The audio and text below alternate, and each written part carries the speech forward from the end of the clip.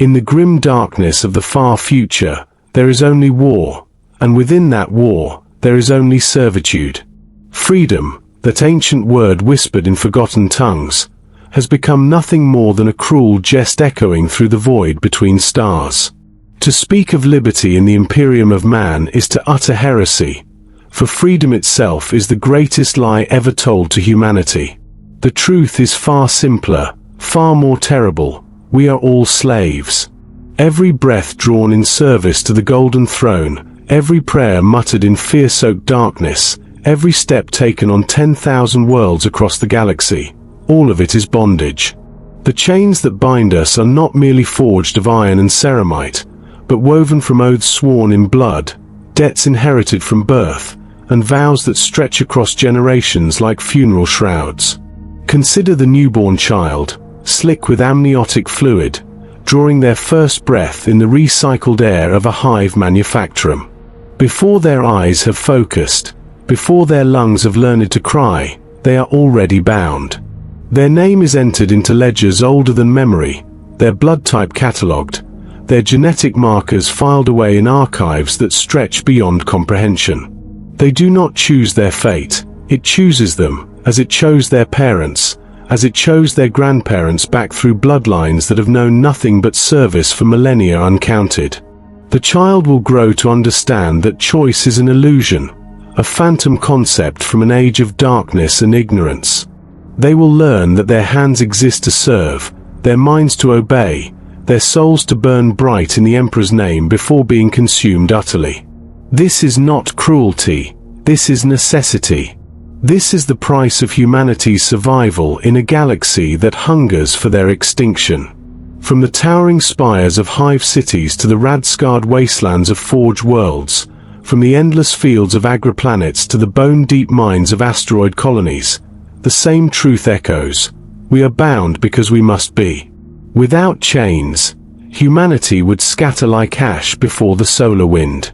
Without slavery, the species would devour itself in an orgy of selfishness and chaos.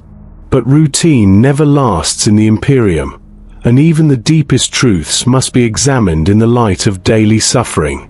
The klaxon screams through the hab block like a dying thing, its metallic shriek splitting the pre-dawn darkness with mechanical precision. In the cramped sleeping alcoves, bodies stir, not awakening, for sleep is a luxury reserved for the dead, but transitioning from one form of weariness to another. The air tastes of rust and human sweat, thick with the exhalations of 10,000 souls pressed together in spaces designed for half as many. Melina 47 Gamma does not remember her dreams as she rolls from the thin mattress that has been her bed for 37 years. Dreams are dangerous things, filled with impossible longings and heretical thoughts. Better to let them slip away like water through clenched fingers, leaving only the blessed emptiness of duty. Her feet find the floor, cold plasteel that has never known warmth, never known comfort, and she joins the shuffling procession toward the cleansing chambers. The ritual of washing is brief, mechanical. Recycled water, grey with chemical purifiers, cascades from corroded nozzles for exactly 90 seconds.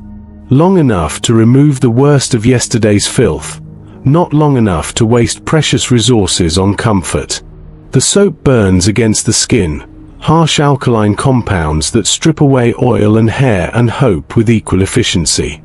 Some whisper that it contains psychotropic suppressants, chemicals to dull the mind and ease the burden of existence. Molina has never whispered such things. Whispering leads to questioning, and questioning leads to the screaming cells beneath the Arbite's precinct. The Manufacturum floor stretches beyond sight, a cathedral of industry where 10 million souls bend their backs in service to the machine god's endless appetite. The ceiling disappears into smog and shadow, supported by pillars thick as hab blocks, each one carved with Gothic numerals that track production quotas stretching back 3,000 years. The air thrums with the heartbeat of machinery, presses that stamp out components for weapons that will kill enemies Molina will never see, on worlds whose names she will never learn. Her station awaits, a hydraulic assembly unit that has demanded the same motions for longer than human memory. Reach, grasp, position, activate, release. Reach, grasp, position, activate, release. The rhythm becomes breathing, becomes heartbeat, becomes existence itself. Her hands move without thought, muscle memory carved deeper than bone by decades of repetition. The servo-skull that monitors her output hovers nearby, its red lens eye recording every gesture, measuring every hesitation against the sacred quotas. Around her, the other workers maintain the same blessed silence. Communication is inefficiency. Words are waste. The only sounds permitted are the hymnal chants that echo from hidden speakers, prayers to the Emperor and the machine god, reminders of humanity's purpose, warnings against the temptation of idle thought. Blessed is the mind too small for doubt, the voices in tone, and Molina's lips move in unconscious synchronization. Cursed is the flesh that seeks its own comfort. The nutrition break arrives with mathematical precision, 7 minutes to consume the grey paste that sustains productivity. The substance has no flavor save for a faint metallic tang that might be iron or might be something else entirely. It contains precisely the calories needed to maintain efficiency, the vitamins required to prevent scurvy and blindness, the minerals necessary to keep bones from snapping under the weight of endless labor. It does not contain hope. It does not contain dreams.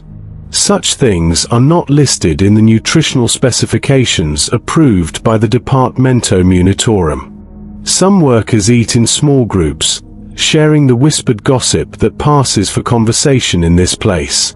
News of quota increases, rumors of inspection visits, the occasional report of a line worker who simply stopped moving and was carried away by the Medici servitors. Molina eats alone, as she has for 37 years. Companionship breeds attachment, and attachment breeds the desire for something beyond duty. Better to remain isolated, a single cog in the great machine, important only insofar as she serves the whole. The afternoon shift brings the same blessed routine, but with added weight. The servo-skull hovers closer now, its sensors detecting the microtremors in aging muscles, the infinitesimal decrease in precision that comes with exhaustion. A notation appears in its memory banks, a small mark against her efficiency rating that may or may not determine whether she receives medical attention when the inevitable breakdown comes. The skull does not care about her comfort or her pain, it cares only about output, about the sacred numbers that keep the Imperium's war machine grinding forward across the galaxy. When the final klaxon sounds, releasing the day shift to their brief hours of rest, Molina does not feel relief. Relief implies that there was suffering to be ended, and suffering is simply the natural state of human existence. Instead, she feels the hollow satisfaction of duty fulfilled, of another day's service offered up to the Golden Throne. Her hands ache with the bone-deep pain of arthritis, her back screams from hours bent over the assembly unit, but these sensations are as familiar as her own heartbeat. The trek back to the hab block passes in silence. The corridors are filled with workers like herself, hollow-eyed, bent-backed, their faces marked by the particular exhaustion that comes not from a day's labor but from a lifetime's service. They do not speak because there is nothing to say. They do not look at each other because there is nothing to see. They are not individuals but components, interchangeable parts in a machine so vast that it spans solar systems. In her sleeping alcove, Molina performs the evening prayers with the same mechanical precision she brings to her work. "Grant me strength for tomorrow's service," she whispers to the small shrine built into the wall, a crude image of the Emperor carved from recycled plasteel, his eyes seeming to watch from the shadows. "Let my labor be worthy of your notice. Let my sacrifice feed the engines of your will." The words are meaningless, worn smooth by repetition, but they are required. The servo skulls that monitor the hab block's record prayer frequency, and those who fall below acceptable standards are taken for re-education in the depths below. As darkness falls over the Hive City, not true darkness, for the manufacturers never sleep, but simply a dimming of the work lights that signals the end of another day, Melina lies on her thin mattress and stares at the ceiling. Above her, water drips from corroded pipes, each drop marking time with the patience of geological ages. Somewhere in the walls, vermin scuttle through spaces never meant for living things, their chittering voices the only wild sound in this place of absolute order. She does not dream of freedom because she has no concept of what freedom might mean. She does not yearn for escape because there is nowhere to escape to. The galaxy beyond the Hive City is filled with horrors beyond imagination. Xenos that would devour her flesh, heretics that would corrupt her soul, diamonds that would tear her apart for sport. Here, at least, she is safe. Here, at least, she has purpose. Here, at least, her suffering has meaning in the grand design of humanity's survival. Tomorrow will bring the same klaxon, the same grey water, the same endless repetition of motion and prayer. And the day after that, and the day after that, until her body finally breaks under the weight of service and she is recycled into corpse starch to feed the next generation of workers. This is not tragedy, this is duty. This is not oppression, this is order. This is not slavery, this is the natural condition of humanity in the 41st millennium. Yet beneath the surface of this perfect compliance, something stirs like a forgotten infection. Across the galaxy, 10,000 worlds turn in their orbits like prayer wheels, each rotation grinding out the substance of human lives in service to the Imperium's endless hunger. On forge worlds wreathed in toxic clouds, where the line between flesh and machine has been erased by necessity and ambition, entire populations exist as extensions of the great factory temples. Their lungs breathe recycled air thick with metal particles, their skin bears the ritual scarification of the Omniscia's faithful, their minds pulse with the electronic hymns of the machine god. Here, children are born not in hospital wards but in biofoundries, their genetic material screened for compatibility with the sacred augmentations that await them. Those found wanting are processed into servitors before they can draw a dozen breaths, a mercy, perhaps, compared to the fate that awaits the chosen. The fortunate ones receive their first implants while still in the cradle, cranial ports that will interface with machine systems, respiratory filters to process the toxic atmosphere, neural dampeners to ease the transition from flesh to steel. By adolescence, they are more machine than human, their bodies rebuilt to better serve the Omniscia's will. Arms replaced with multitools and cutting implements, eyes swapped for optical sensors that can perceive electromagnetic spectra beyond human comprehension, brains augmented with cogitators that process information at inhuman speeds. They do not mourn their lost humanity because humanity was weakness, flesh was failure, and the flesh was meant to be transcended in service to the greater machine. In the great shipyards of Cipramundi, where kilometer-long warships take shape in the void between worlds, entire bloodlines have been bred for vacuum work. Their lungs have been replaced with rebreather systems, their skin thickened with subdermal armor, their bones reinforced with plasteel struts. They labor in the cold darkness between the stars, welding hull plates with tools that would kill an unaugmented human, their bodies sustained by nutrient drips fed directly into their circulatory systems. They are not slaves in any sense their ancestors would recognize. They are something far worse. They are the willing dead, animated by duty and maintained by technology, their souls long since surrendered to the greater good of the Imperium's war effort. When their bodies finally fail, when even the most sophisticated augmentations can no longer sustain function, they are not buried or mourned. They are disassembled for spare parts, their useful components recycled into the next generation of worker cyborgs. On the agri-worlds that feed humanity's endless appetite, different chains bind different flesh. Here, the bondage is pastoral, almost gentle in its inevitability. Vast plains stretch beyond the horizon, broken only by combined harvesters the size of city blocks and irrigation systems that span continents. The workers move through fields of grain analogues in patterns as ancient as agriculture itself, their movements tracked by orbital satellites and servo-skull overseers. The seasons mark their lives: planting, tending, harvesting, processing. Each cycle brings the same back-breaking labor, the same careful attention to crops that will feed populations they will never see on worlds whose names are classified beyond their security clearance. They live in collective barracks built from prefabricated components, their days measured in work quotas and their nights filled with exhaustion too deep for dreams. Some speak of the old days, when their ancestors worked smaller plots of land for profit rather than duty. These stories are tolerated as harmless fantasy, myths from a time before the Great Crusade brought order to the galaxy. The truth is simpler: their ancestors were serfs bound to feudal lords, and they are serfs bound to the Imperium. The scale has changed, but the fundamental relationship remains unchanged. They work the land because they must, because someone must, because without their labor the galaxy would starve in darkness. In the deep mines of asteroid colonies, where humanity burrows into lifeless rock in search of the rare elements that fuel faster-than-light travel, the bondage takes on an almost religious character.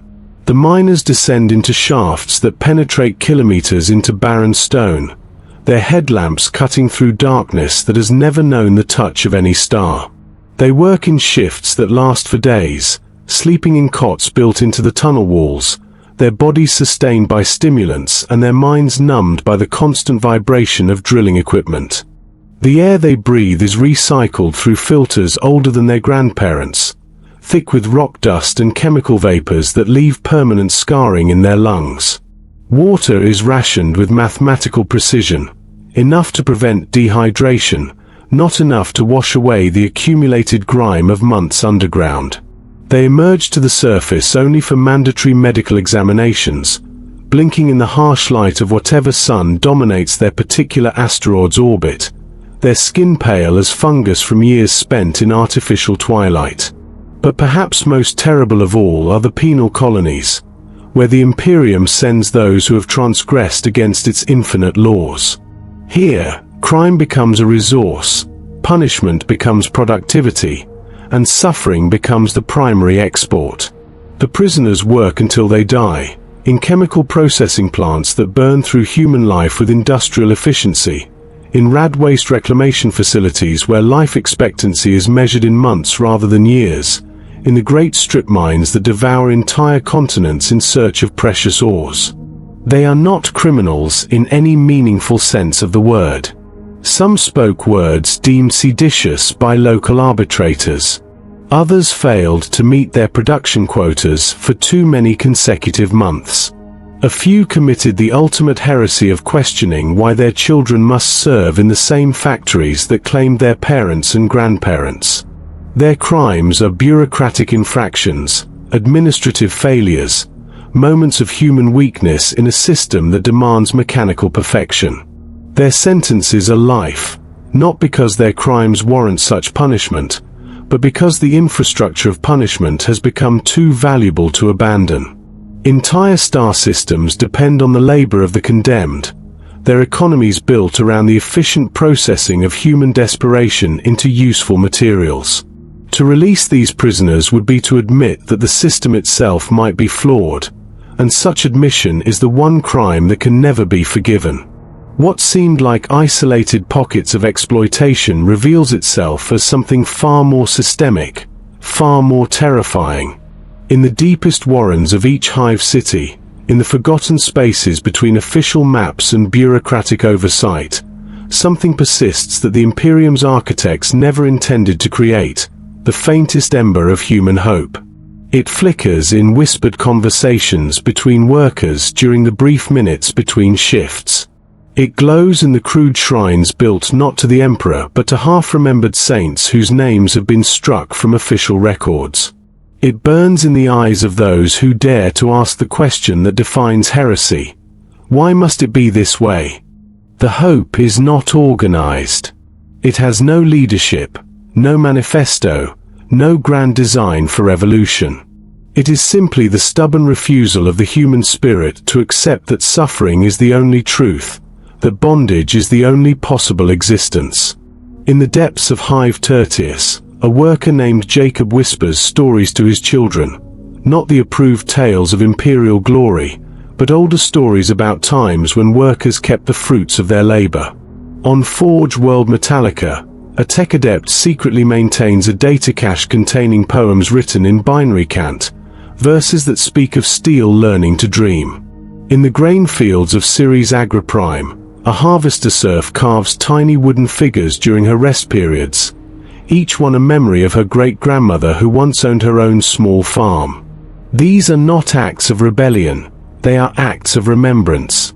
The hope they represent is not hope for change, but hope for meaning. The workers do not dream of overthrowing their masters, they dream of their masters recognizing their humanity. They do not yearn for freedom, they yearn for acknowledgement that their suffering serves a purpose beyond mere productivity. They seek not escape from their chains, but understanding of why those chains must exist. The servo skulls record everything, but they cannot parse meaning from these small gestures. Their cogitators classify the wooden figures as recreational handicrafts within acceptable parameters. The whispered stories register as sub-vocalized communications at volumes below disruption thresholds. The hidden poems are filed under technical documentation in specialist dialects. The machines see only what they are programmed to see, and they are not programmed to recognize hope. But flesh recognizes flesh, and sometimes the workers find each other. In the spaces between shifts, in the corners not covered by surveillance equipment, in the brief moments when human eyes are not watching, they share their small treasures. A story passes from one mouth to another. A wooden figure changes hands like a religious relic. A poem encoded in machine cant spreads through the data networks like a virus, carried in routine maintenance reports and technical specifications. The networks are fragile, formed and dissolved in moments, their members knowing each other only by first names and work assignments.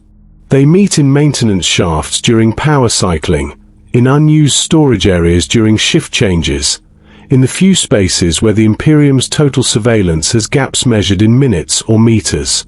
They do not plan insurrection, they plan survival. They do not organize resistance, they organize remembrance. A tech priest named Cornelius carries messages between Forge worlds, encoded in the genetic sequences of bacteria cultures used for bioplastics manufacturing. He has never met most of the people whose words he carries, knows them only as strings of data hidden in what appears to be routine technical documentation. Some messages are requests for prayers.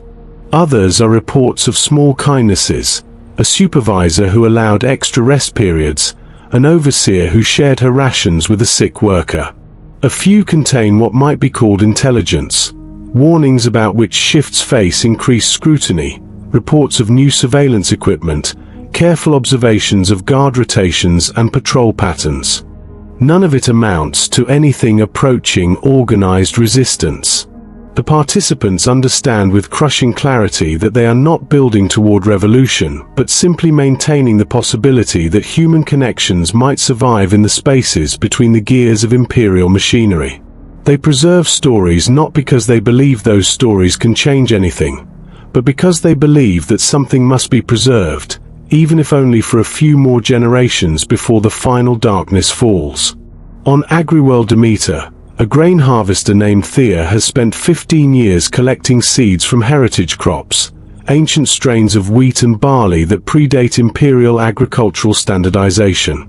She grows them in tiny plots hidden within the vast monoculture fields, tending them during her sleep periods, protecting them from the genetic modification viruses that ensure all crops serve imperial nutritional specifications. The seeds produce grain that tastes different. Not better, not more nutritious, just different.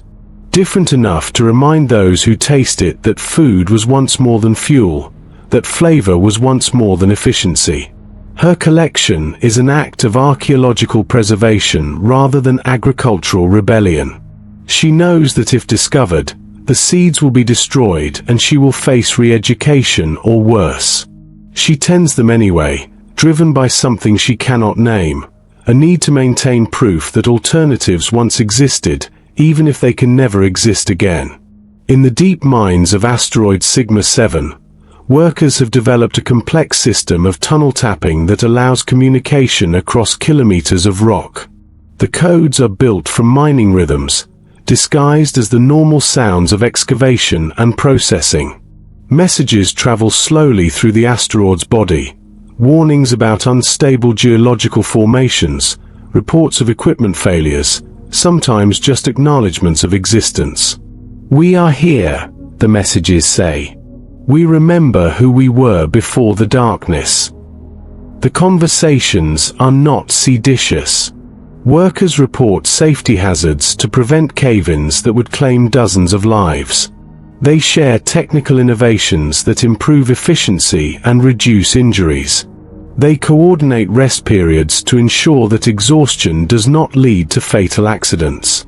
The mine administrators, when they notice the tapping at all, classify it as beneficial worker coordination, proof that the labor force is self-regulating in ways that serve imperial interests.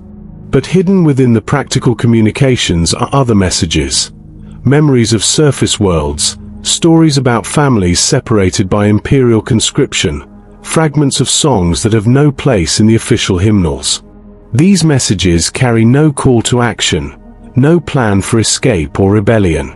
They simply assert the stubborn fact that beneath the uniforms and work assignments and identification numbers, human beings continue to exist. Yet such fragile connections draw attention from those whose duty it is to ensure that hope remains properly channeled.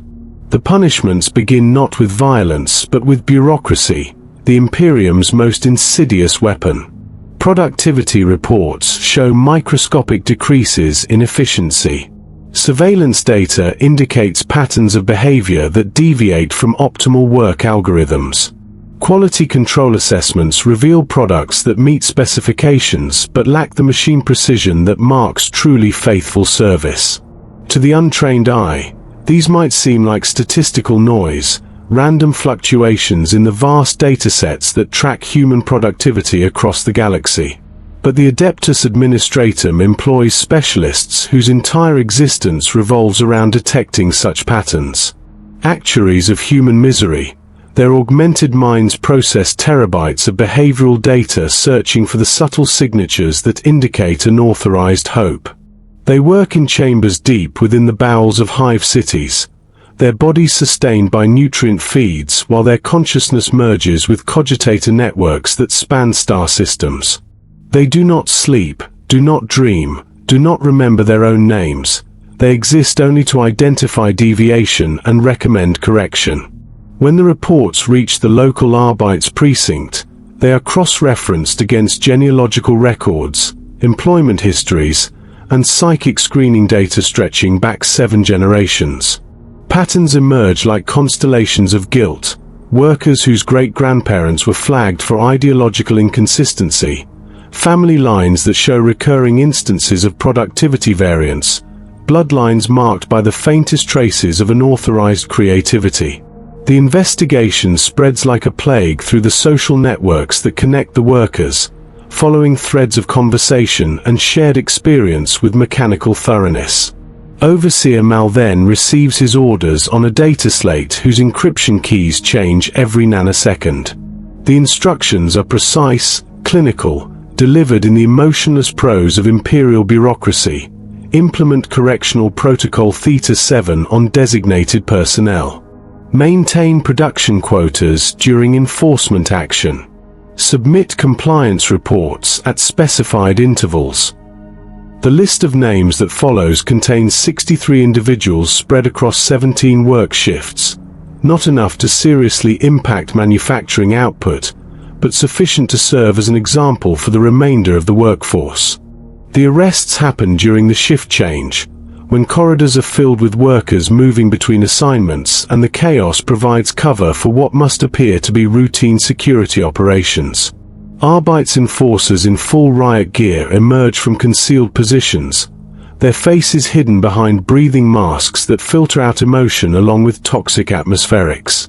They move with practiced efficiency, each team targeting specific individuals based on surveillance data and behavioral analysis algorithms.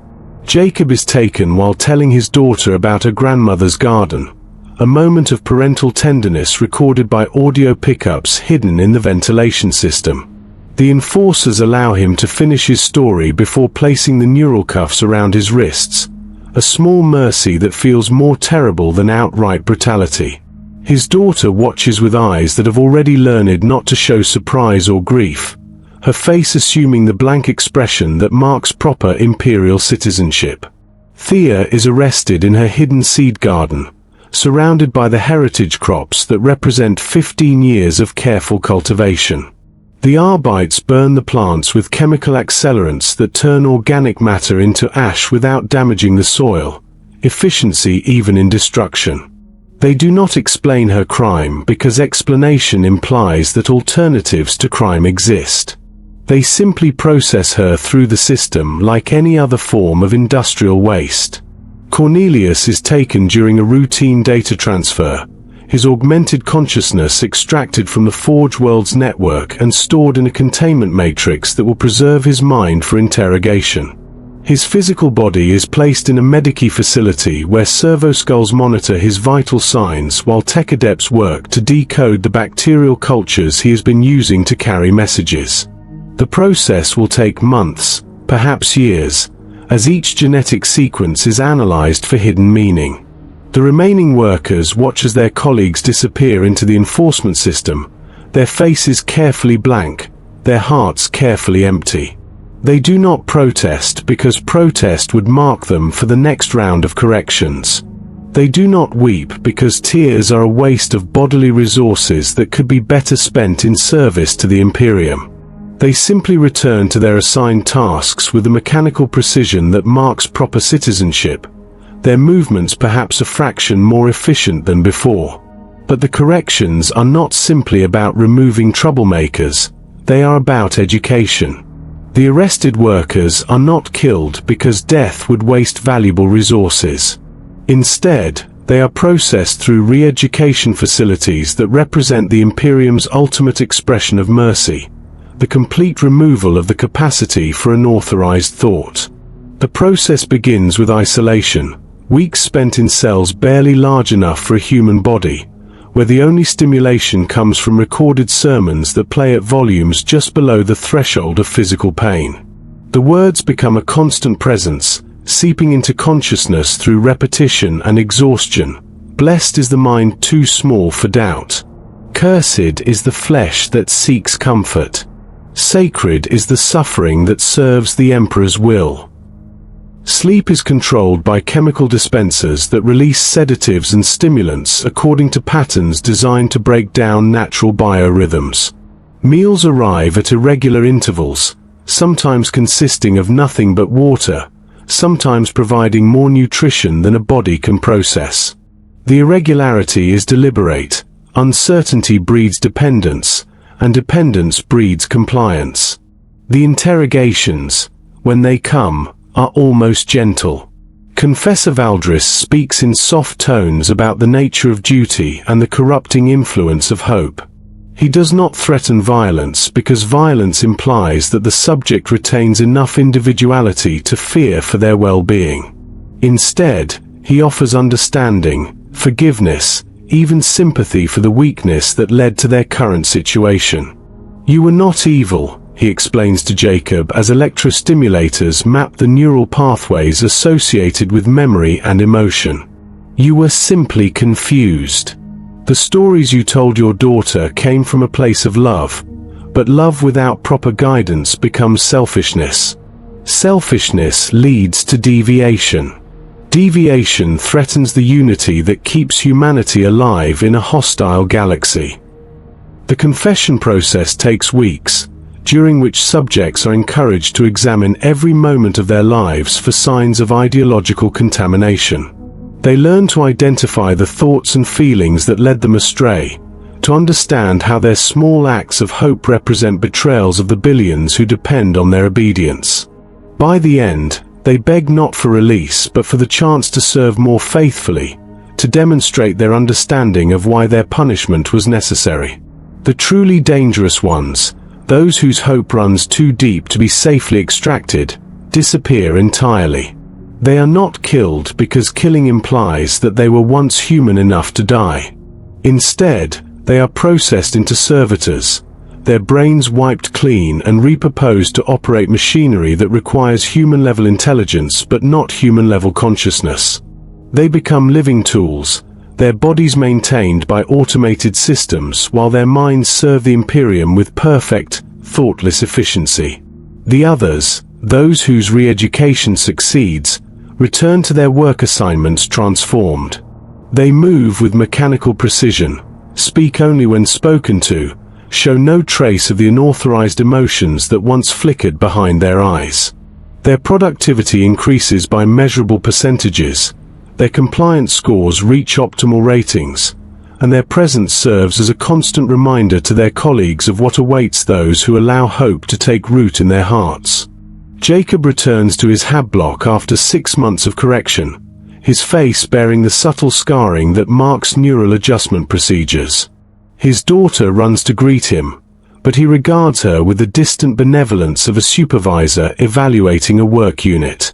When she asks for a story, he recites approved passages from the Imperial Infantryman's uplifting primer, tales of heroic sacrifice and absolute obedience that carry no trace of the warmth that once marked his voice. The changes ripple through the workforce like infection in reverse, creating zones of perfect compliance that expand with each passing day. Workers who once shared whispered conversations now maintain blessed silence. Those who carved wooden figures turn their creative impulses toward improving manufacturing processes. The bacterial cultures that once carried hidden messages now serve only their intended function, producing bioplastics with efficiency ratings that exceed all previous benchmarks. Yet even as the immediate symptoms of unauthorized hope are excised with surgical precision, the underlying condition remains embedded in the human genome like a hereditary weakness waiting for the proper conditions to express itself. The machinery that perpetuates this eternal bondage operates with the patient precision of geological forces, vast, inexorable, grinding forward with such overwhelming momentum that individual human lives become less than dust motes in its path. Within the towering spires of the Adeptus Administratum, 10,000 clerks labor over ledgers that catalog human existence with mathematical precision.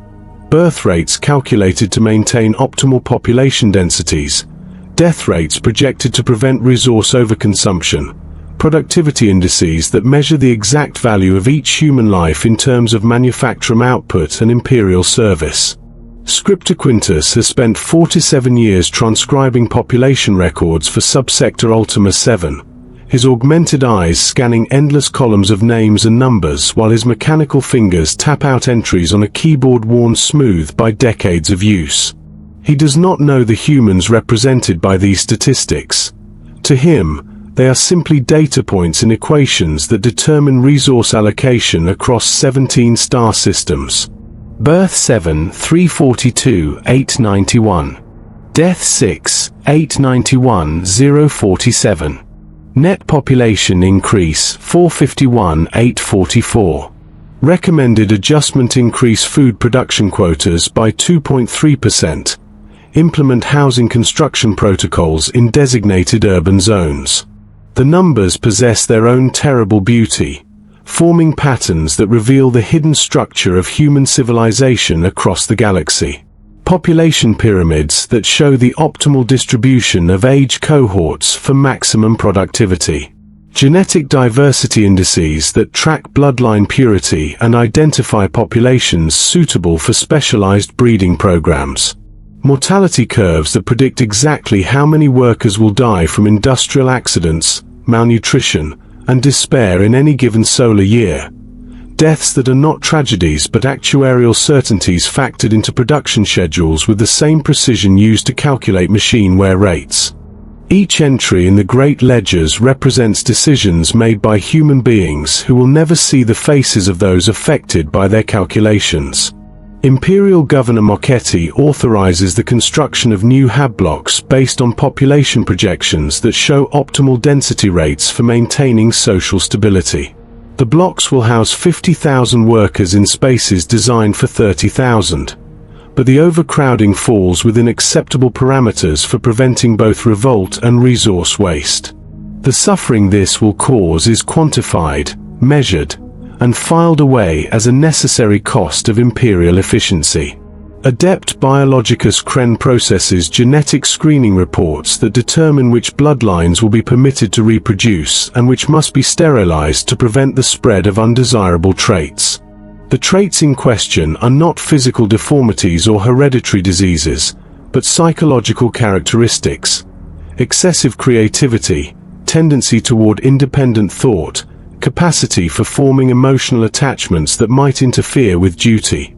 Families are broken apart not through malice but through algorithm, their separation determined by equations that optimize human breeding for maximum compliance and productivity. The ecclesiarchy provides the spiritual framework that transforms this systematic oppression into sacred duty. In 10 million churches across the galaxy, priests deliver sermons that explain suffering as a form of prayer, bondage as a path to salvation, and submission as the highest expression of faith. They preach to congregations of workers whose backs are bent from decades of labor, whose hands are scarred from industrial accidents, whose eyes reflect the particular exhaustion that comes from lives lived entirely in service to others. Cardinal Matthias stands before an altar carved from the bones of saints, his voice echoing through a cathedral built from the compressed remains of 1,000 martyrs, and explains why pain is holy. The Emperor suffers eternal agony upon the golden throne, he intones, his words carrying the weight of absolute authority. His flesh decays while his spirit sustains our species across the galaxy. Can we, who are less than nothing compared to his glory, complain of our small discomforts? Can we, who are specks of dust in the vast machinery of his will, question why we must sacrifice our fleeting happiness for humanity's eternal survival? The congregation listens with the rapt attention of the truly faithful, not faith in the Emperor's love, but faith in the necessity of their suffering. They have been taught that to question their lot is to question the Emperor's wisdom, and to question the Emperor's wisdom is to invite the same damnation that claimed humanity during the Age of Strife. Their pain serves a purpose beyond their comprehension.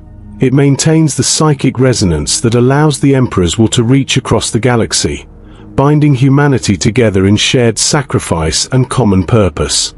In the Arbite's precincts, justice assumes the form of absolutely predictable violence.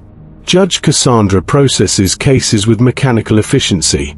Worker 47 Delta failed to meet production quotas for 3 consecutive months, sentenced to penal servitude until death.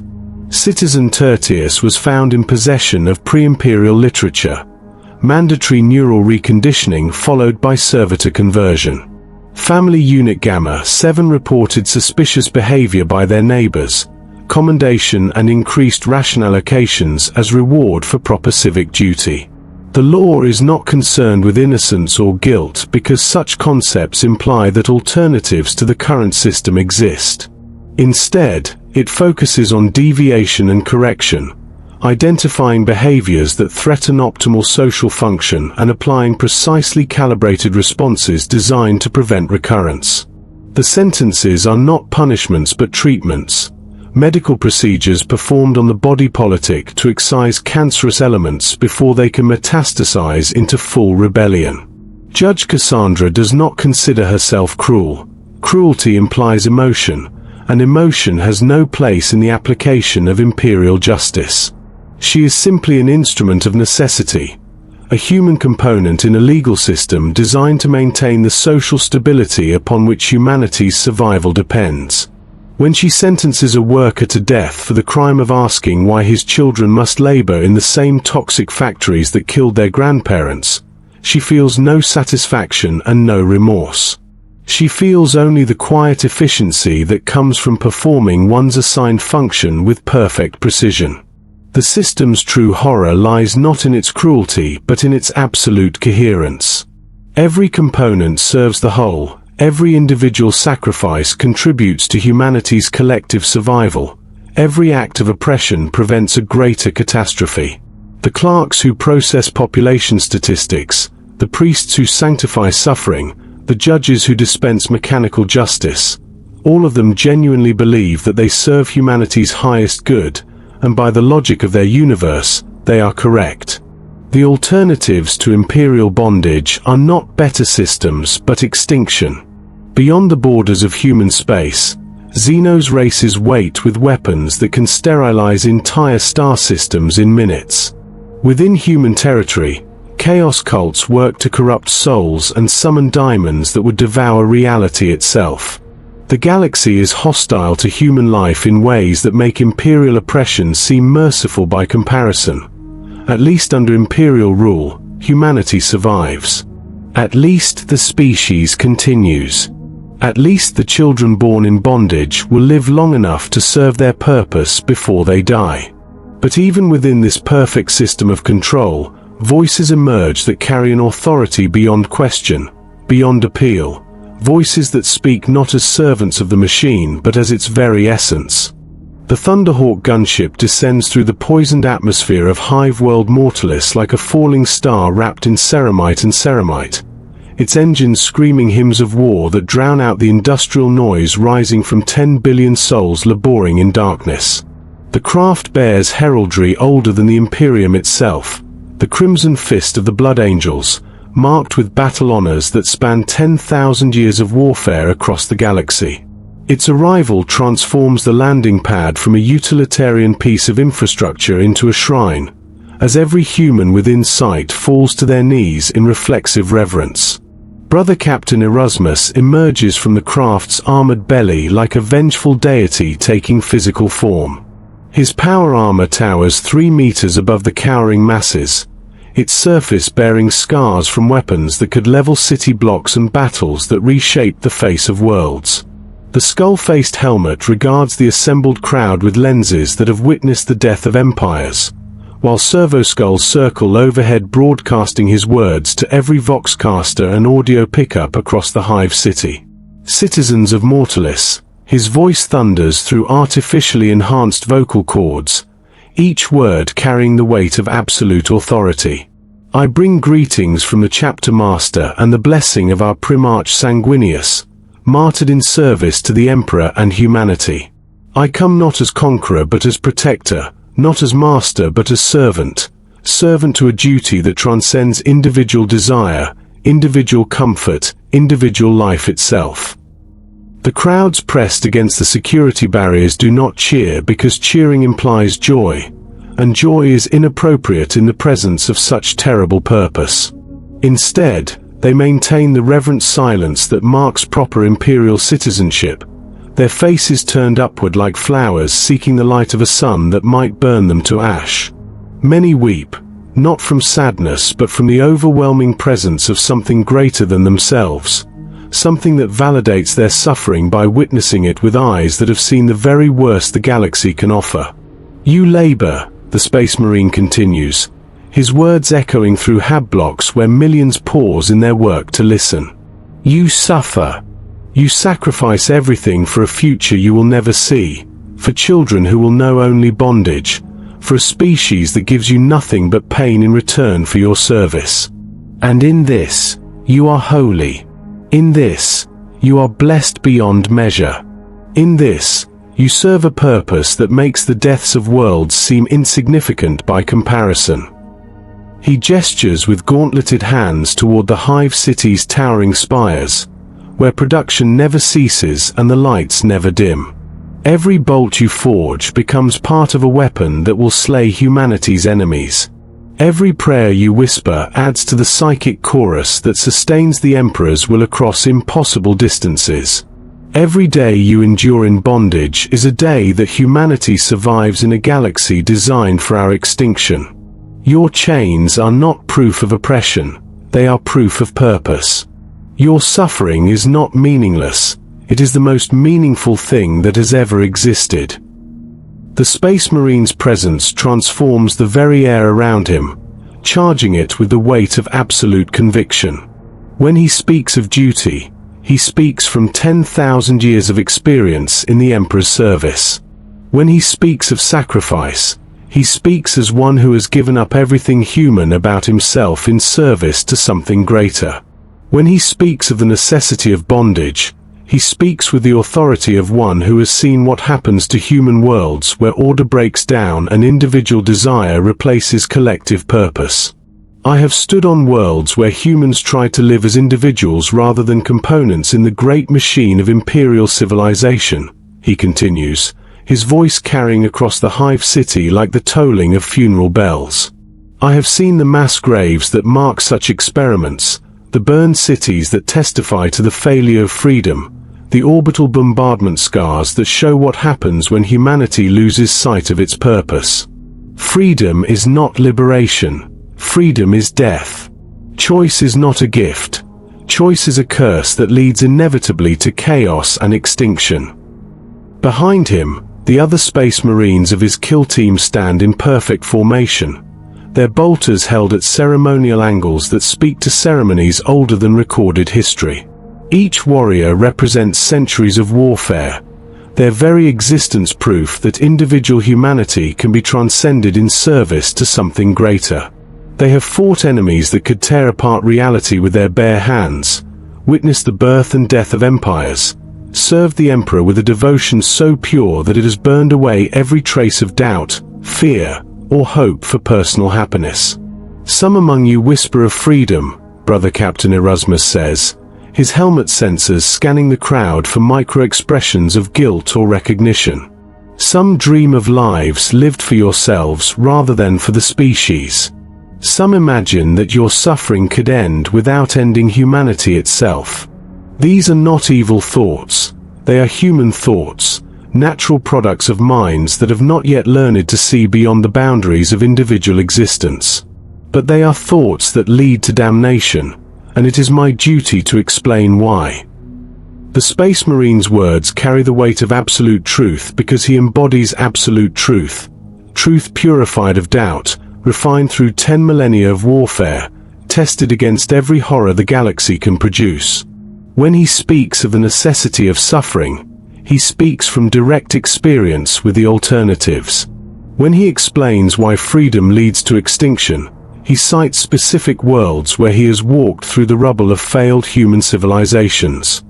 The enemy takes many forms, he continues, his voice modulated to carry to the farthest reaches of the Hive city's audio systems. Xenos races that view humanity as vermin to be exterminated. Chaos cults that offer false promises of power and pleasure while leading souls toward eternal damnation. Heretical technologies that promise to ease suffering while corrupting the very essence of human existence. All of these enemies exploit the same weakness, the human desire for something better than duty, something easier than sacrifice, something more comfortable than absolute service. The crowd listens with the intensity of the truly faithful, their faces reflecting not hope but understanding. Understanding that their pain serves a purpose beyond their comprehension, that their bondage protects them from something infinitely worse than oppression. They do not love the Space Marine because love implies equality between subject and object. Instead, they revere him as they would revere a natural force, earthquake, hurricane, solar storm, something so far beyond human scale that it can only be endured and obeyed. Your chains, Brother Captain Erasmus concludes, raising his bolt pistol toward the smog-darkened sky, are forged from the same adamantium that protects my armor. Your bondage is built from the same ceramite that shields my flesh from enemy fire. You are not slaves. You are soldiers in humanity's greatest war, fighting not with weapons but with obedience, conquering not territory but the human weakness that would doom our species to extinction. In your suffering, you are mighty. In your sacrifice, you are eternal. In your absolute submission to duty, you are as divine as mortals can become. The Space Marine's words linger in the toxic air long after his Thunderhawk has disappeared into the upper atmosphere, carrying its cargo of divine certainty back to whatever battlefield requires their intervention. The workers return to their assigned tasks with movements that seem fractionally more precise than before, their compliance scores showing microscopic improvements that will be noted in reports filed in archives stretching across the galaxy. But the captain's visit represents more than mere morale reinforcement. It serves as a reminder that the system they serve extends beyond any individual world, beyond any single lifetime, beyond the comprehension of minds that have not been purified of human weakness.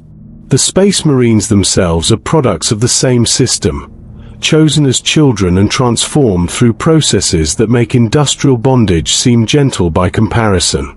They are proof that the ultimate expression of imperial service requires the complete surrender of individual humanity, and that such surrender leads not to death but to apotheosis. Yet even as these voices of absolute authority echo through the hab blocks and manufactorums, darker truths stir in the spaces between words, promising revelations that will test the very foundations of imperial certainty. In the deepest levels of Hive Mortalis, where the city's foundations merge with bedrock that has not seen natural light for millennia, something stirs that represents the logical terminus of imperial efficiency. Here, in chambers carved from living stone and lined with materials that predate human spaceflight, the true purpose of human bondage reveals itself with crystalline clarity. The signs painted on bulkhead doors require clearance levels possessed by fewer than a dozen individuals per sector. Biologist's Experimental Division. Servitor Production Facility. Human Resource Optimization Center. Mago's biologist Vex manipulates controls that have been grown rather than built, organic interfaces that respond to neural commands transmitted through synaptic ports surgically installed in her skull. Her body represents the logical conclusion of human augmentation. More machine than flesh, more calculation than consciousness, optimized for efficiency rather than comfort or aesthetic appeal. The extra arms allow her to work on multiple projects simultaneously, while the optical sensors provide spectrums of vision that reveal information invisible to unaugmented human perception. Before her, arranged on examination tables like components awaiting assembly, lie the raw materials that represent humanity's ultimate resource. Human beings who have outlived their usefulness in conventional roles. Former workers whose bodies have been broken by decades of industrial labor. Political prisoners whose minds have been emptied by neural reconditioning. Volunteers whose families will receive increased ration allocations in exchange for their willing sacrifice to the greater good of imperial efficiency. The conversion process begins with careful disassembly. Consciousness is extracted first, siphoned away through cranial taps that leave the brain functional but empty of personality, memory, and individual will. The resulting mental void is then filled with simple programming, basic motor functions, primitive decision trees, enough cognitive ability to operate machinery but not enough to question orders or experience suffering. Pain responses are surgically removed because pain serves no useful function in a tool designed for absolute obedience. Bodies are rebuilt according to specialized requirements. Arms are replaced with manipulator arrays optimized for specific industrial functions.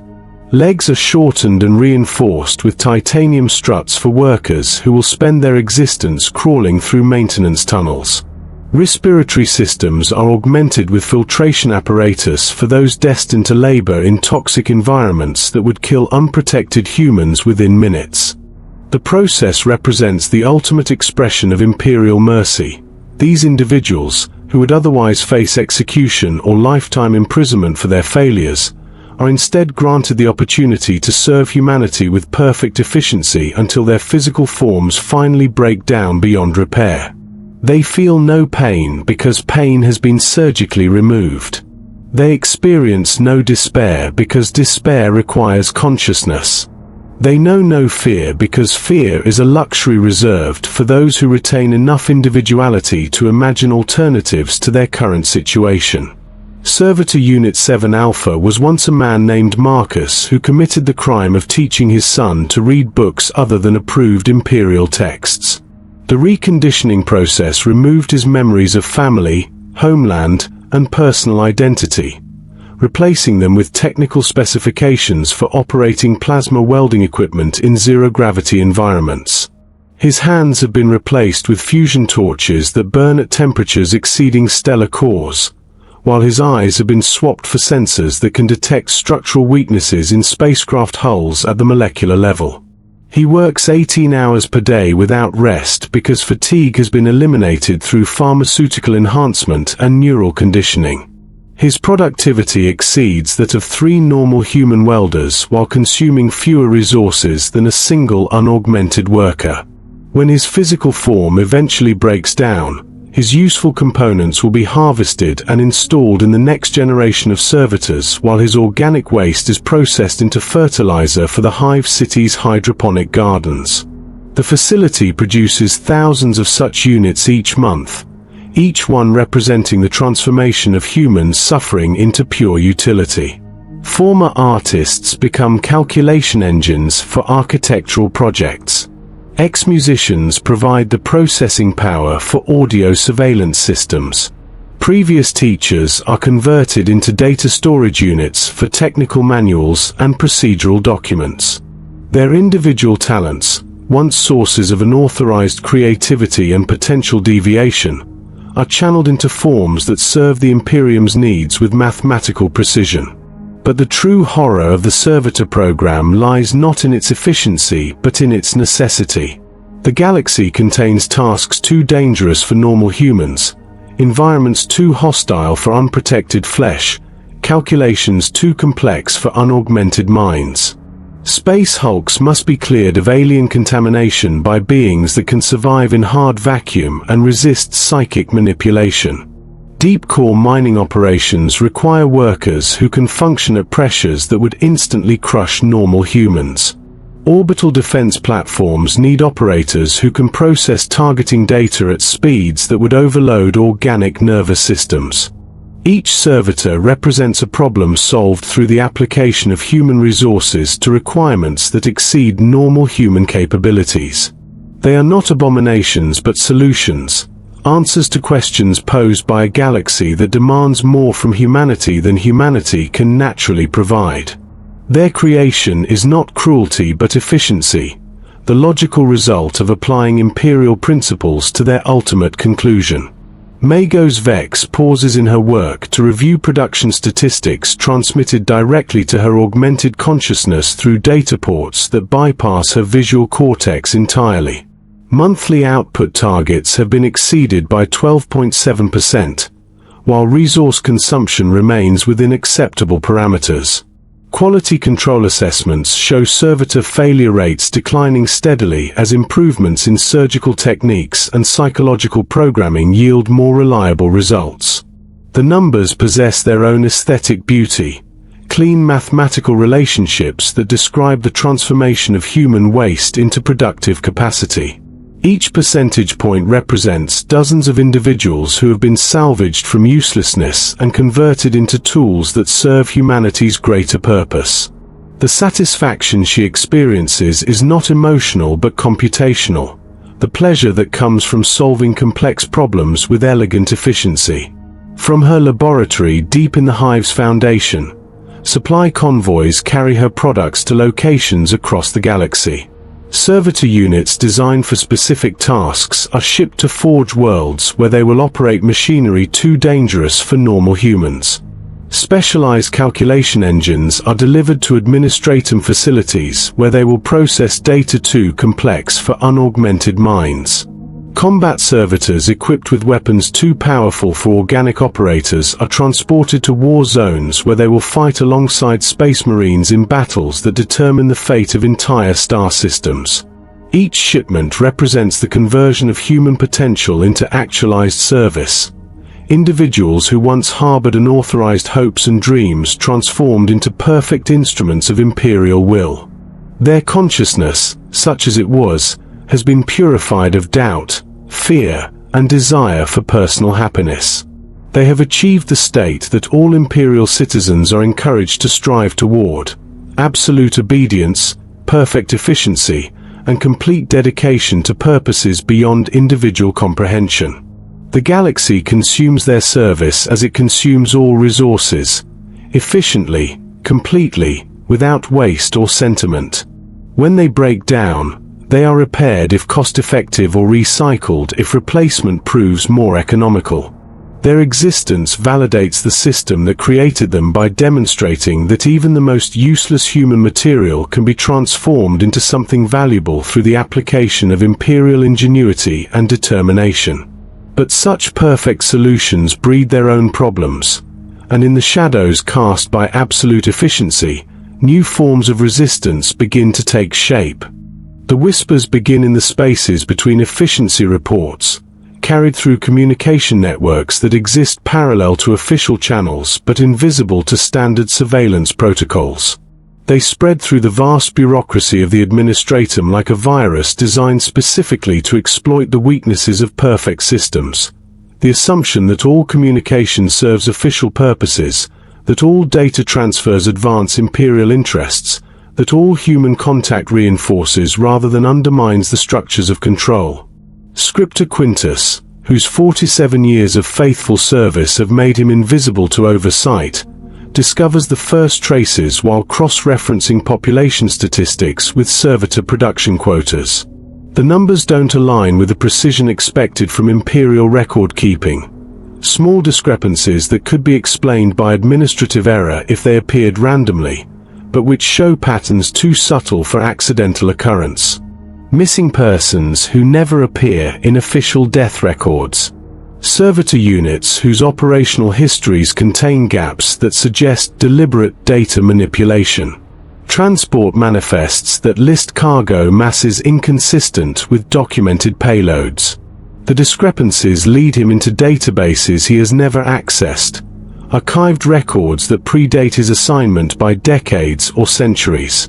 Here, buried beneath layers of bureaucratic sediment, he finds evidence of something that should not exist.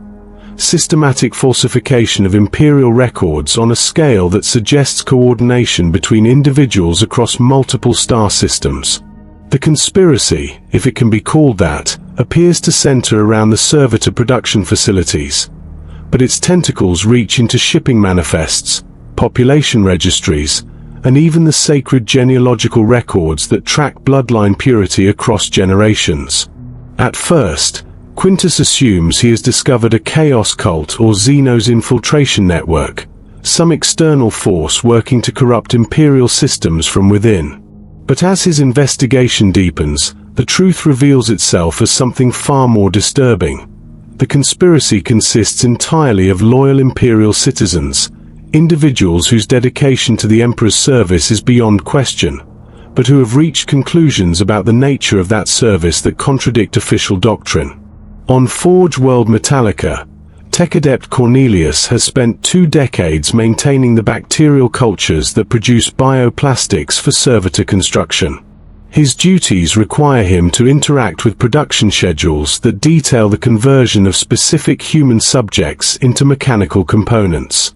The work is sacred, blessed by the Omnicia, but it has given him access to information that reveals patterns in the selection process.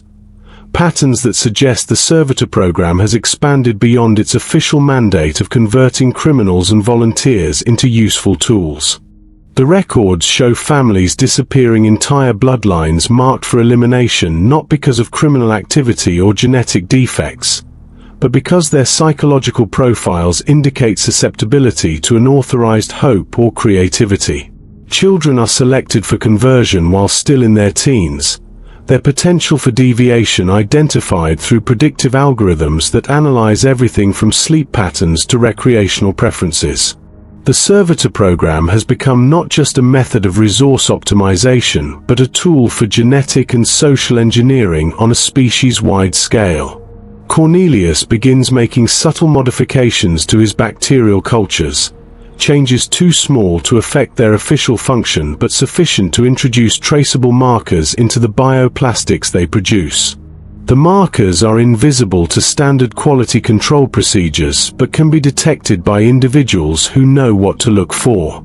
Through these biological signatures, he establishes communication with others who have access to servitor production systems across the galaxy. The network that emerges operates through legitimate channels, official reports, routine maintenance schedules, standard biochemical analyses. But hidden within this normal traffic are messages that document the systematic expansion of the servitor program beyond its official parameters. Transport manifests record shipments of raw materials from worlds where no official collection operations have been authorized. Production schedules show quotas for servitor types that don't appear in any technical manual. Quality control reports contain biological signatures that indicate the use of subjects whose conversion violates even the loose ethical guidelines that govern the program. On Agriworld Demeter, Thea has returned from her re-education with modifications that extend beyond standard neural reconditioning. Her work assignment now includes supervision of volunteer recruitment programs, identifying workers whose families are struggling with resource allocation and explaining how voluntary servitor conversion can improve their living conditions. The process is presented as mercy, an opportunity for individuals whose bodies have been broken by industrial labor to continue serving the Imperium in forms that don't require physical endurance. But Thea's modified consciousness allows her to see patterns that her previous awareness would have missed. The selection criteria for voluntary conversion correlate not with physical disability but with psychological profiles that indicate potential for unauthorized thought. Families are presented with increasingly impossible choices: volunteer for conversion or watch their children face starvation as ration allocations are mysteriously reduced. The volunteers believe they are making heroic sacrifices for their loved ones, but the true purpose is the elimination of bloodlines that carry genetic or cultural markers associated with resistance to imperial authority. Her reports to the network document the systematic use of economic pressure to encourage voluntary conversion among populations that show any sign of retaining pre-imperial cultural practices.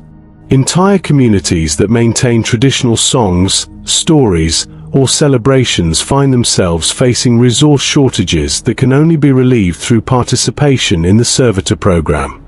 Within a generation, their distinctive cultural elements disappear as their carriers are converted into mechanical tools or their descendants learn to suppress any expression of inherited identity. The network operates not as a resistance movement but as a documentation project, an attempt to preserve evidence of what is being done to humanity in the name of humanity's survival. The participants understand that they cannot stop the process, cannot save those marked for conversion, cannot even safely share their knowledge with others who might be sympathetic to their concerns. Their only goal is to ensure that somewhere, in some form, a record exists of what the species is becoming through its own choices. Judge Cassandra, whose neural implants provide access to legal databases spanning the entire sector, discovers that servitor conversion quotas are being used to drive legal policy at the highest levels. Crimes are being reclassified to increase the pool of subjects available for conversion. Sentences are being adjusted to ensure steady supplies of raw materials for the production facilities. The law itself is being shaped not by principles of justice but by the mechanical requirements of human resource optimization. Her contributions to the network take the form of jurisprudence analyses that reveal how legal precedent is being systematically altered to support expanded servitor production. Theft of food becomes a capital crime when hive population levels suggest optimal conversion quotas haven't been met. Unauthorized assembly becomes treason when servitor production falls behind demand projections. The law evolves not to serve justice but to serve efficiency, transforming the legal system into a human harvesting mechanism that operates with the appearance of legitimacy. The network's discoveries paint a picture of humanity deliberately reshaping itself to better serve imperial requirements, not through external coercion but through internal decisions made by loyal citizens who believe they are serving the greater good. The servitor program represents not aberration but evolution, the logical destination of a species that has chosen survival over freedom, efficiency over individuality, collective purpose over personal meaning. Yet even as this terrible knowledge spreads through hidden channels, events are set in motion that will test whether humanity's chains can contain the forces they have been designed to suppress. The uprising begins not with planning but with miscalculation, a bureaucratic error that compounds through administrative layers until it becomes catastrophic failure. On Hive World Seraphos, a data entry mistake in the Departamento Munitorum's resource allocation database results in food shipments being redirected to a sector that has already received its monthly supplies. The affected hab blocks, housing 2.7 million workers essential to the production of artillery shells for the ongoing Mordian campaign, face starvation rations that fall below the minimum caloric requirements for maintaining basic biological function. The mistake should have been corrected within hours through standard administrative protocols. But Scriptor Administratus Vaughn, whose responsibilities include verification of supply chain modifications, is among the network of individuals documenting servitor program expansion. His access to classified data has revealed that the affected populations have been marked for voluntary recruitment into servitor conversion programs, and the resource shortage provides the economic pressure necessary to encourage participation. For the first time in decades of faithful service, Vaughn faces a choice that cannot be reconciled through bureaucratic procedure. He can correct the error and preserve 2.7 million lives that are scheduled for mechanical conversion, or maintain his cover within the documentation network that might eventually expose the systematic elimination of human consciousness across the galaxy. The choice tears at neural pathways that have been conditioned for automatic obedience, creating feedback loops that register as physical pain in his augmented nervous system. His decision comes not from heroism but from computational logic. The network's documentation serves no purpose if there are no human consciousnesses left to comprehend its revelations.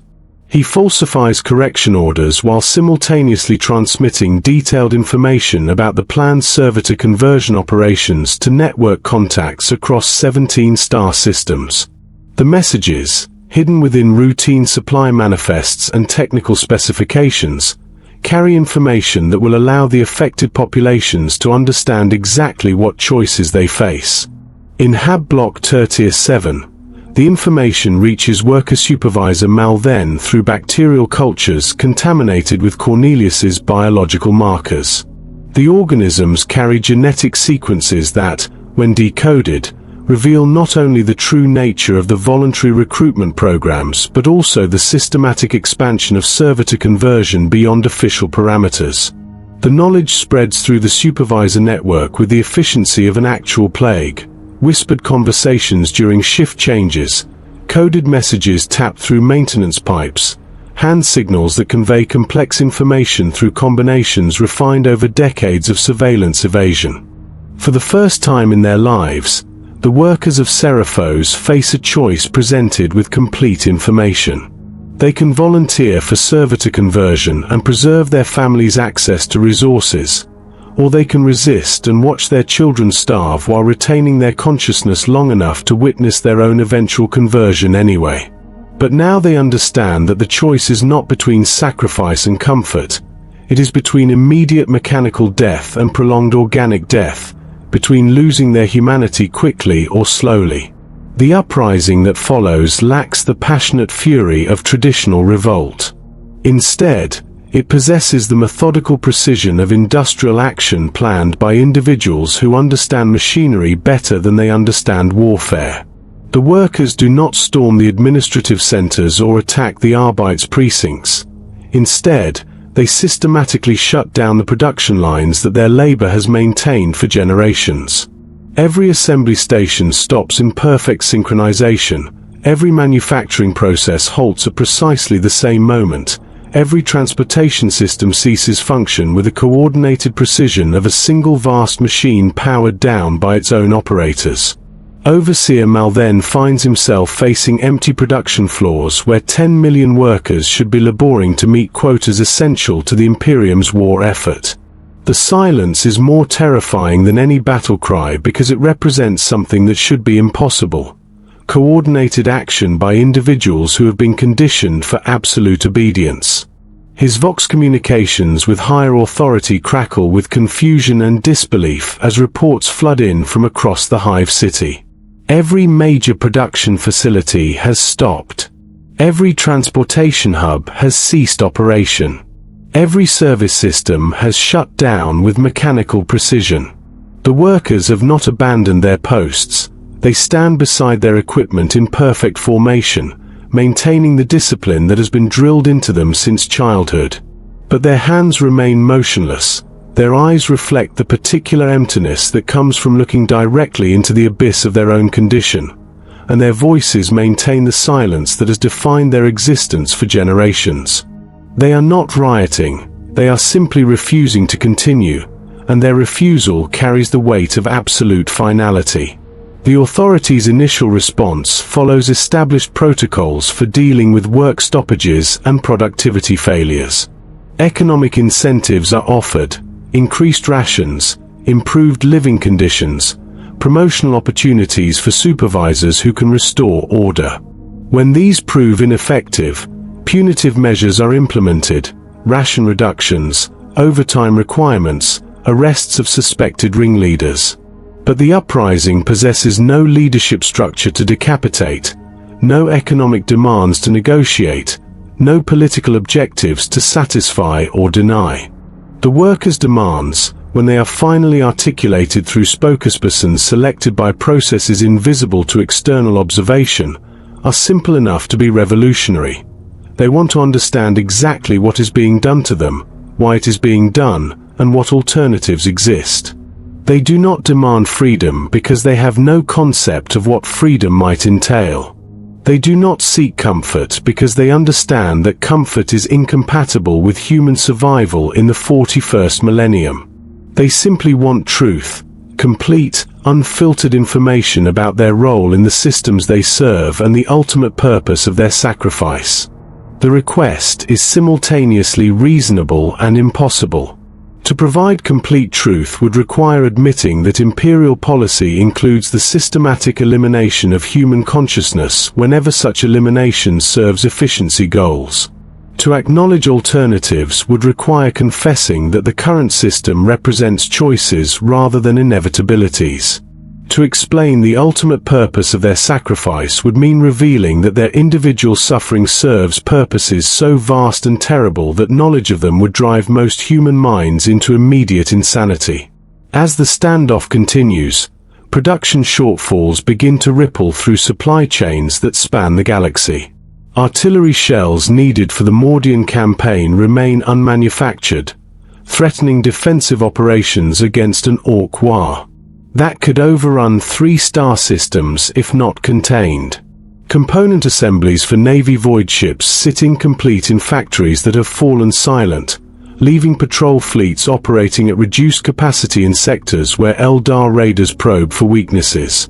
Food processing facilities that supply dozens of worlds have ceased operation, creating resource shortages that threaten to cascade into system-wide famine.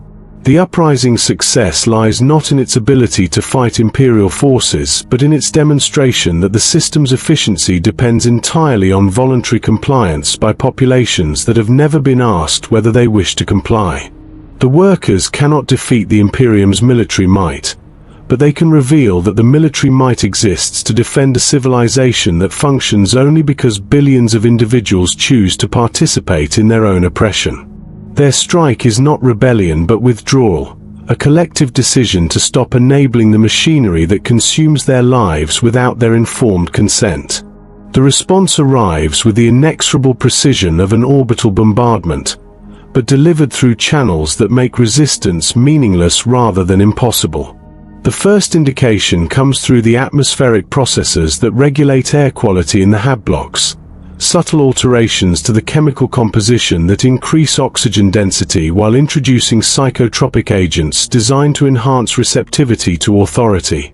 Workers who have maintained their strike with unwavering determination for 37 days suddenly find their resolve dissolving like sugar in acid rain. Inquisitor Valerus arrives not in the dramatic fashion of the Space Marine captain, but as a quiet figure in unremarkable robes, his presence announced only by the way conversations halt in mid-sentence and thoughts scatter like insects fleeing light. His authority transcends military might or administrative power. He carries the Emperor's license to judge not just actions but souls, to determine not just guilt but the very right to continued existence. When he speaks, reality itself seems to lean forward to listen. "You have asked for truth," he says, his voice carrying to every corner of the Hive city through vox systems that no longer require amplification. Truth is a luxury that the Imperium provides only to those whose service has earned the strength to bear its weight. You labor not because we command you to labor, but because the alternative to your labor is the extinction of everything you have ever loved, everything that has ever mattered, everything that could ever matter in the future. The Inquisitor's words carry visual accompaniment, holographic displays that materialize in the recycled air of the hab blocks, showing images captured from worlds where Imperial authority has failed. Cities reduced to glass by Xeno's bombardment, their populations transformed into crystalline statues that scream silently for eternity. Planets where chaos cults have summoned demonic incursions, the very laws of physics rewritten to transform reality into infinite torture chambers. Forge worlds stripped bare by tyrannid Hive fleets, their surfaces scoured clean of all organic matter down to the molecular level. "These are your alternatives," Valerus continues, gesturing to images of carnage that exceed human comprehension. "These are the fates that await humanity if the Imperium fails, if production quotas go unmet, if the machinery of civilization stutters even momentarily in its eternal vigil against extinction. Your chains are not oppression. They are the only thing standing between your children and horrors that would make your current suffering seem like paradise." The holographic displays shift to show the internal workings of the Imperium itself, the vast machinery of administration, production, and control that spans 1,000,000 worlds. Each component is revealed in its full complexity. The Space Marine chapters that hold the line against impossible odds, the Imperial Guard regiments that die by the billions to buy humanity single additional days of survival, the Navy fleets that patrol the void between stars hunting threats that could sterilize entire systems before their existence becomes known. Every bolt you forge becomes part of a weapon that will save a world, the Inquisitor explains, his words accompanied by tactical displays showing battles fought in the Emperor's name across the galaxy. Every prayer you whisper strengthens the psychic barriers that prevent diamonds from using your souls as gateways into reality. Every day you endure in bondage is a day that humanity survives in a universe designed for our destruction. But the most devastating revelations come not from images of external threats but from glimpses of humanity itself, populations that have been granted the freedom the workers demand. Worlds where colonial governors attempted to implement more humane labor policies, only to watch productivity collapse as workers pursued individual happiness instead of collective necessity. Systems where egalitarian ideals led to resource distribution crises that killed billions through starvation and disease.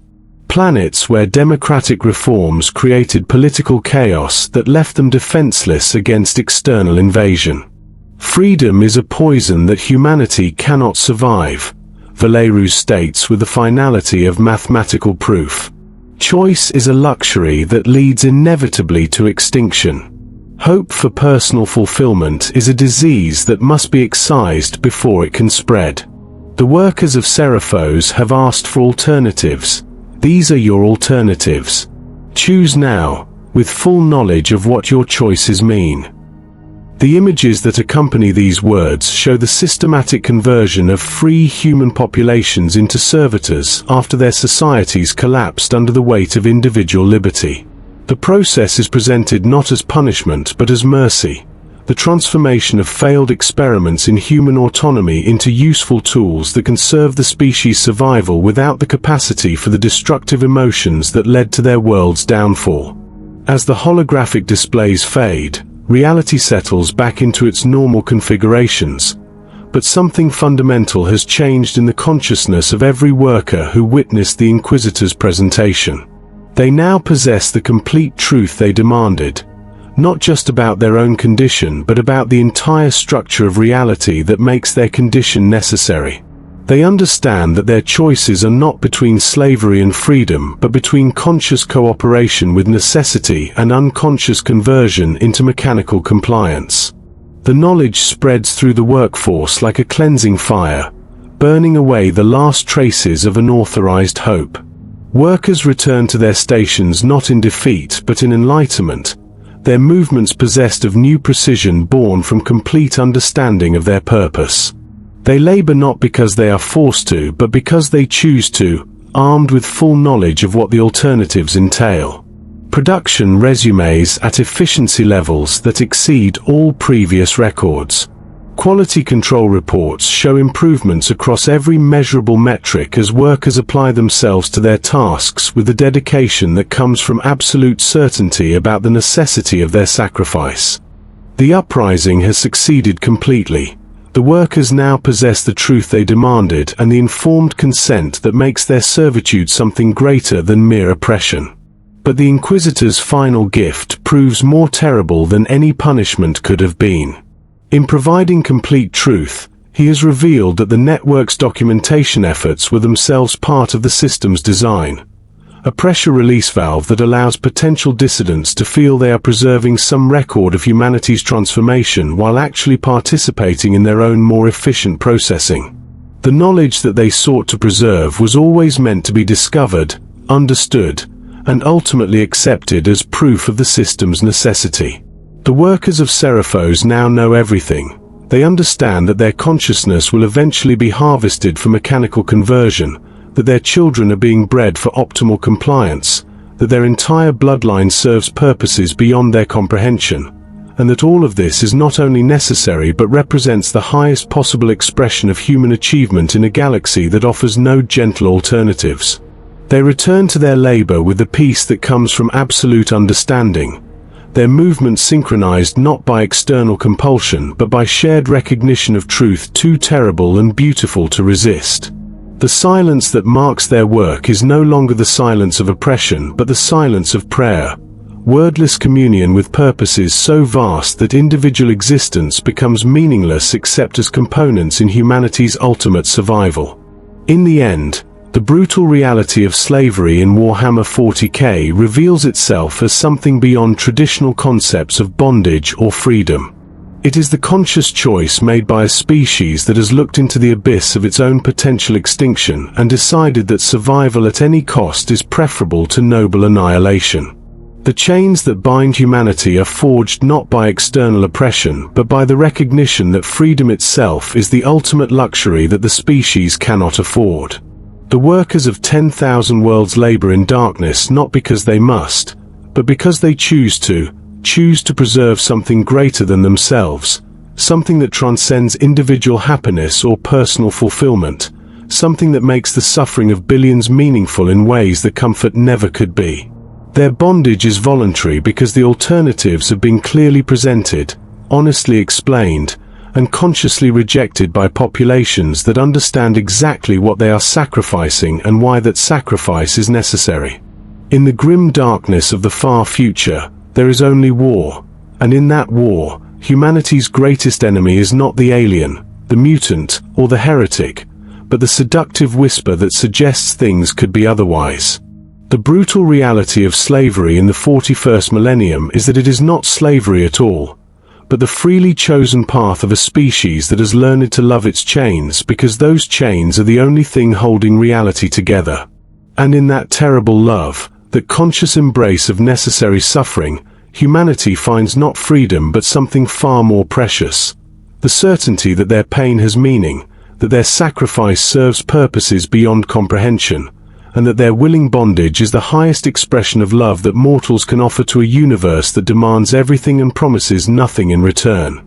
The silence that follows is not the silence of defeat, but the silence of completion, the final word in humanity's longest prayer, spoken not in hope of reward, but in acceptance of duty that transcends all possibility of fulfillment save in the continuation of the species itself. In choosing slavery, humanity has chosen to survive.